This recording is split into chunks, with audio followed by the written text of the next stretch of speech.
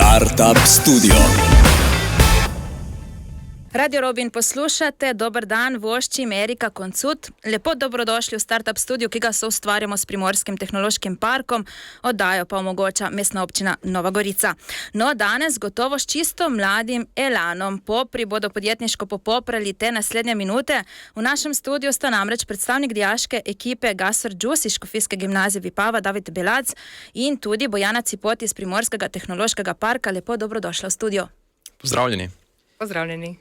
No, kar povem, da bodo v nadaljevanju z nami tudi študenti sežanske ekipe Ekogan, tako Gasser Juice kot Ekogan sta bila na poprih nagrajena s posebno nagrado za najbolj trajnostna in inovativna poslovna modela. Zakaj? No, David Belac, nam lahko na kratko recimo najprej vi opišete vaš poslovni model, tako da bomo to že malček izvedeli, zakaj. V redu.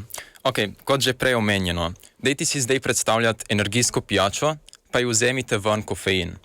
In potem dajte noter še super živila. Kaj je rezultat?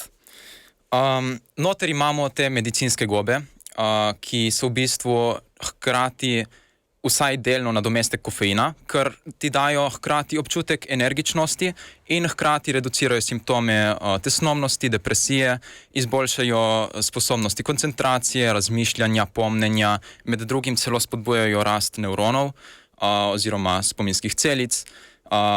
Potem imamo še take sestavine, ki spet dajo občutek energičnosti, izboljšajo kognitivne sposobnosti, kar je vse že prej navedeno.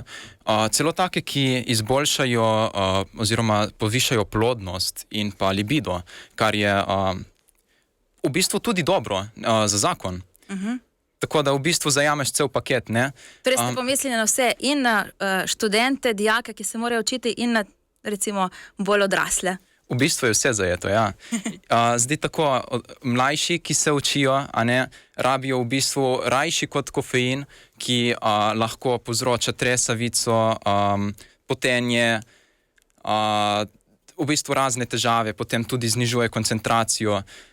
Rabijo v bistvu lih obratno stvar. Rabijo nekaj, kar bo zvišalo koncentracijo in po čemur bojo lahko spali, če bo treba. Tako da v bistvu tukaj pridejo noter vsa ta super živila. Imamo pa potem še neko kemikalijo, ki je tudi nadomestek kofeina, se počasneje razgrajuje, kar v bistvu povzroči tudi to, da na koncu ne naletiš na ta takojšen padec energije oziroma crash.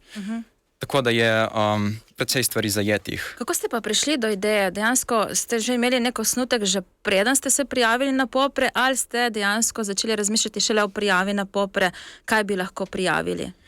No, tako je. Jaz v prostem času včasih razmišljam o raznih podjetniških idejah, tako za hec, in s prijatelji smo pač naleteli na eno tako, v narekovajih, malo bolj neumno, ne? Se pravi ime Gasser Juice, zato ker smo želeli dejansko dobiti nek produkt, ki bi te ustavil, bi te malo šokiral, bi ga videl na policiji v trgovini in bi se ustavil, bi ga primil, kaj je to, ne? Primeš, pogledaš, mogoče rečeš, ajde enkrat ga bom kupil za hec, mogoče kupiš dvakrat in potem, ko ga kupiš dvakrat, dejansko on če ve, kaj v bistvu ponuja, kaj so vsi benefiti te zadeve, te pijače, jih bo mogoče tudi jemal še naprej, ne? Tako da v bistvu pritegnemo pozornost, potem pa z vsemi benefiti tudi kupca ohranimo. To je v bistvu naša mentaliteta. In kako vam je pri tej mentaliteti so vam pomagali popri pri razvijanju te poslovne ideje? Ja, verjetno, če ne bi šli na popre, tudi ne bi vlekli te ideje naprej, ker tako je, na naši šoli so nam preprosto povedali, da je neko podjetniško tekmovanje, nismo vedeli nič, rekli so, ja, pridite, lahko imate svojo idejo. In smo šli, ne, jaz pa sošolec, pa še trije sošolci, in smo se odločili, no pa dajmo narediti to odbito zadevo, ne. Mislim, nimamo kaj za zgubiti, če bo kaj vzcvetelo, bo vzcvetelo, drugače pa ne. In zdaj imamo to ime Gasser Juice, ne, ki v bistvu je, pritegne pozornost, ne, v bistvu odraža, lahko bi se reklo, egocentričen, luksuriozen življenjski stil, ki se med drugim odvija tudi okoli zabav, druženja s prijatelji, tako da je mladostniški, ampak hkrati ne ponujemo stvari samo za mladostnike, kar bi se pa potem lahko tudi razvedlo z preprostim marketingom in pa izobraževanjem na tem področju. No, slišali smo že nekaj o izkušnji na Norveškem. Kakšna pa je bila vaša, David Belac? Kako ste doživeli ta obisk podjetniških inkubatorjev, virtual reality inkubatorjev, raznih podjetij, predstavljene vašega startupa? V bistvu je bilo precej super. Imeli smo rezervirana do poldneva, tako da so nam popoldneva po vseh teh programih celo ostala prosta in smo lahko raziskovali Norveško. Smo pa videli, se pravi, inkubatorje za virtualno resničnostno tehnologijo, so nam dali zaprovat, se pravi, zeleno sobo, potem zelo drago tehnologijo, ki spremlja predmete v realnem prostoru in jih pretvarja na pano, celo tehnologijo, ki spremlja poteze obraza in dela iz tebe v bistvu online avatarja. Bili smo v startup laboratoriju, ki je imel ogromno prostorov in mladih, ki razvijajo svoje ideje tam. Precej pozitivna izkušnja, ne? Tudi za ston kosilo so nam dali, tako da se jim moram tudi za to zahvaliti. Ampak poleg tega, recimo, kakšen je bil odziv pa na vaš startup, na vašo predstavitev? Kaj vam je dalo kot vaši ideji? Je tako, mi smo predstavitev imeli skoraj vsak dan na različnih priložnostih in vsak odziv je bil pozitiven, predvsem. Tako da pohvalili so našo idejo, naš napredek, mojo angleščino, ne, itak. Se treba pohvaliti, ne? Moraš se. Ampak so nam pa tudi dali precej dobrih informacij o svojih začetkih in poteh. Med drugim smo slišali od enega človeka, ki je ustvaril milijone s svojimi podjetji, vse milijone izgubil s slabimi naložbami in novimi podjetji, zdaj pa ima še z enim podjetjem nove milijone in to pelje naprej. Tako da izveš marsikaj zanimivega. Ste ostali stiku mogoče s kakšnim podjetnikom? Srečali smo se z skupino mladih, tudi startup podjetje, med njimi ena Slovenka, izmenjali smo si podatke z njimi. Njihova ideja pa je v bistvu ekstraktanje oziroma izločanje proteinov iz gob in potem to dati kot nadomestek mesnih proteinov v prehrano. Tako da z njimi smo se izmenjali podatke in zdaj ostajamo na vezi, ker se v bistvu oboji ukvarjamo z gobami. Super. Gospod Cipot, kaj mladim daje taka mednarodna izkušnja, kot so jo doživeli Gasorjuice in Nekogan? Kaj želite recimo tudi s tem doseči v Primorskem tehnološkem parku?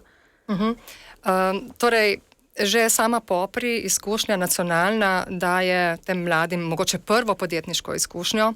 Učijo se, kako delati v skupini, učijo se, kako predstaviti sebe in svojo podjetniško idejo, kako se pogajati, kako se pogovarjati.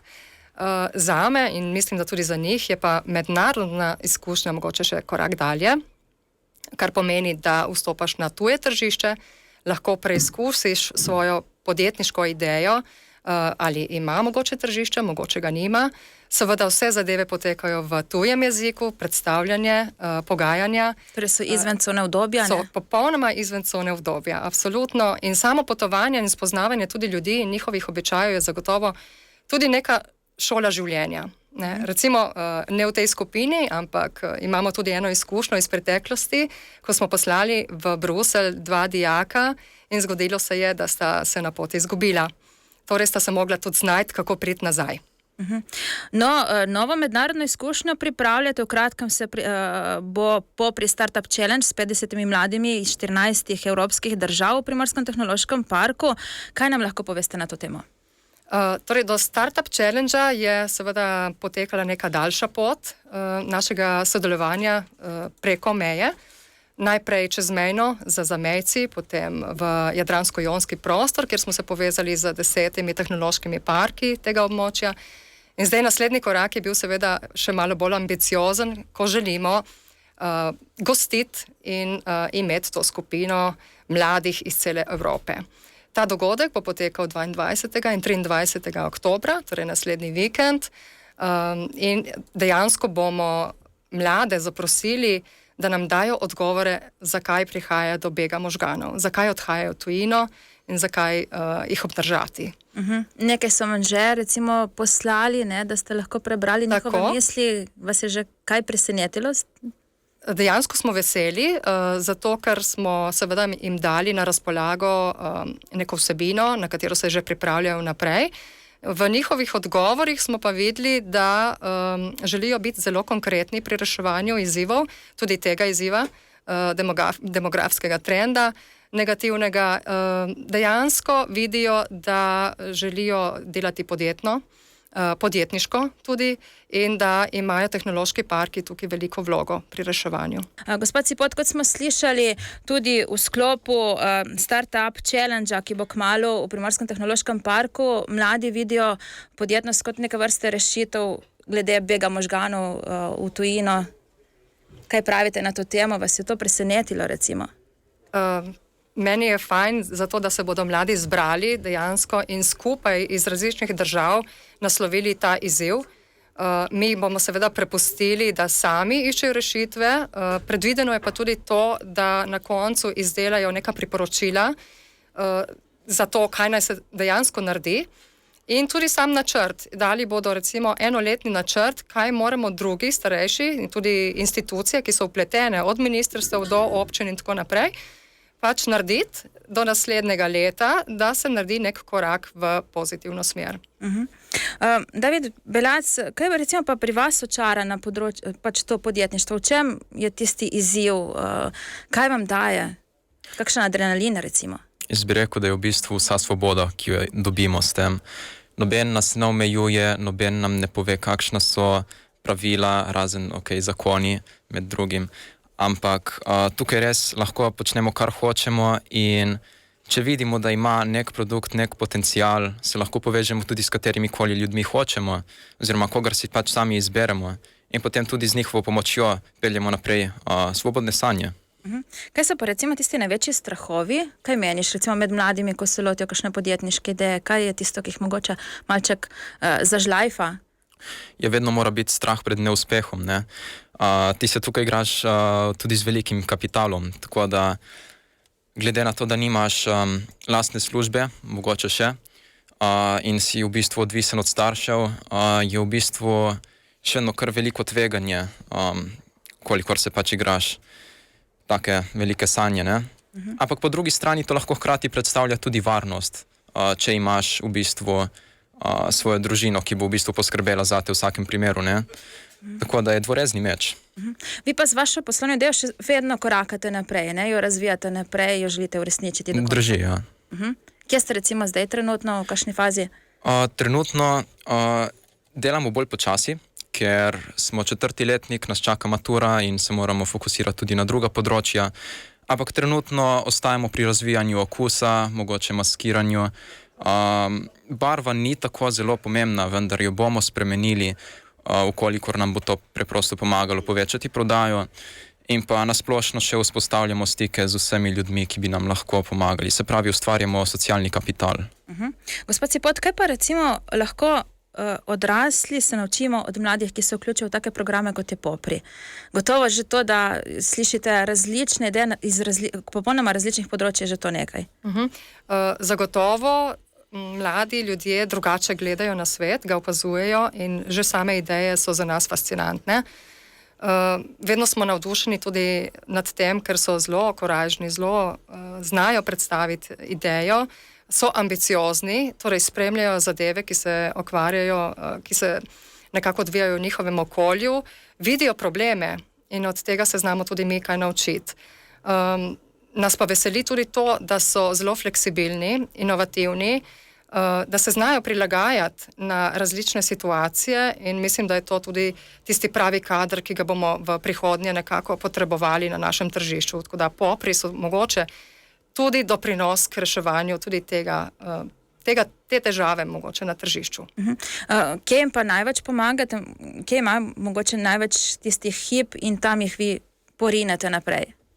V vsakem koraku pač tega njihovega procesa, ko se oblikuje ideja do modela, ko greš na tržišče, je nek izziv. Ne? Za nekatere je izziv sploh ideja sama. Kaj je torej problem, na katero potem oni odgovarjajo z svojim odgovorom, ne, svojim poslovno idejo. Nekaterim je težava videti, kakšna je finančna slika nekega problema, kako se staviti, kakšna je prava cena, kako določiš tržišče, kaj je neka fokusna skupina. samo preverjanje tržišča, ne, je spet en izziv, na koga nasloviti, se mogoče omejiti. Ni vsaka ideja za vse prava ideja. Ne. Tako da je kar nekaj takih korakov, ki jim pač pomagamo tudi z našimi strokovnjaki in mentorji, da jih peljemo skozi različen proces. Gospod Cipot, vloga mentorjev in tehnološkega parka na tej poti podjetnosti, kakšna je, kako pomembna je? Izjemno pomembna. Seveda mentorji so tisti, ki vodijo naše ekipe mladih skozi proces učenja po vseh etapah in skozi trnove poti tudi včasih. Niso samo strokovnjaki, so tudi, bi rekla, tudi prijatelji, motivatorji in zavezniki. So tisti, ki takrat, ko pade motivacija in takrat, ko zadenemo kakšen problem, poskušamo se iz tega dvigniti in se nekaj naučiti. Ko si mlad, je seveda ti tudi ta ugodnost dana, da lahko padeš. Doprinos pa to, da so dejansko večinoma tudi podjetniki, ki so že dali popre skozi, ne? Ki so se preizkusili v tem. Ne? To je velika dodana vrednost, ker so šli skozi pot podjetnika, podjetnosti, etape, nekateri so uspeli, nekateri so se dvignili, tudi večkrat verjetno. In posredovanje takih informacij in znanja mladim jim zagotovo jih bodri, jim daje pač novih elanov. No, iz prve roke nam lahko pove kar David, ne? Kako je bila ta izkušnja z mentorji, kaj vam je dala recimo vam? To so zelo zanimivi ljudje. Povezali smo se na prijateljski ravni, pokazali so nam malo svojega zasebnega življenja, tudi nehote po Zoomu. Drugače pa se moram kar strinjati. Učitelj bi moral biti nekdo, ki svoj nauk živi in tukaj to drži. Tako da s temi ljudmi, ki dejansko vejo, kaj delajo in to tudi živijo, si lahko kar pomagamo in nas res spodbujajo in mislim, da tukaj trenutno ne bi bili, če ne bi bilo mentorjev. Moram pa tudi pohvaliti njihovo samo iniciativnost, ker če bi vse potekalo po starih kopitih, ne bi šli na Norveško letos. To je v bistvu novelty. No, lepa pohvala, ne, tudi za Primorski tehnološki park, ne. Ki pa ravno prihodnji teden v sklopu Startup Challenge organizira tudi eno diskusijo odprtega tipa, torej odprto za javnost. Zakaj gre, gospod Cipot? Tako, v sklopu dvodnevnega hekatona Popri Startup Challenge bomo pač organizirali tudi eno diskusijo, na katerem bodo mladi že predstavljeni izsledke svojih razmišljanj, tudi tega, kakšni načrti nas čakajo prihodnje. Na tej diskusiji bo sodelovala tudi predstavnica Evropske komisije, pa predstavnik Evropske predstavnice kulture, tako, in seveda tudi podjetnica. In oni bodo delili svojo izkušnjo, svojo zgodbo o tem, zakaj so šli v tujino, nekateri so se vrnili in kaj lahko tujina prinese tudi dobrega za razvoj doma. Torej se vklapljate tudi v te dogodke Evropske prestolnice kulture, torej pred tem pomembnim mejnikom na Goriškem. Mi razumemo to tudi kot del tega programa, absolutno. Želimo pa seveda tudi to, da tak challenge, hekaton, postane tradicionalni dogodek, ki bi se odvijal vsako leto in bi nekako postala Nova Gorica mesto podjetnosti in podjetništva mladih Evrope v Novi Gorici. Zdaj ta dogodek, diskusija bo potekala 23.10. ob 14. uri v Primorskem tehnološkem parku. Mogoče za zaključek še, David, bi lahko z nami delil nekako povabilo tudi svojim sovrstnikom, zakaj ne se vključijo v Popre? Koristi. Če tudi nimaš namena odpreti podjetja, pride prav zaradi vseh možnosti za javno nastopanje, vsakokrat, ko se moraš javno izpostaviti, stopiti izven cone udobja. Po drugi strani v vsakem primeru zgradiš nek socialni kapital, tako da v bistvu ni downside-a. Lepo, torej s temi besedami smo prispeli do konca današnjega Startup Studia. Hvala Bojana Cipot in David Belac, da sta bila tukaj. Hvala za povabilo. Hvala za vašo pozornost tudi vam, cenjene poslušalke in poslušalci. Ostanite na Robinovi stotki tudi v nadaljevanju.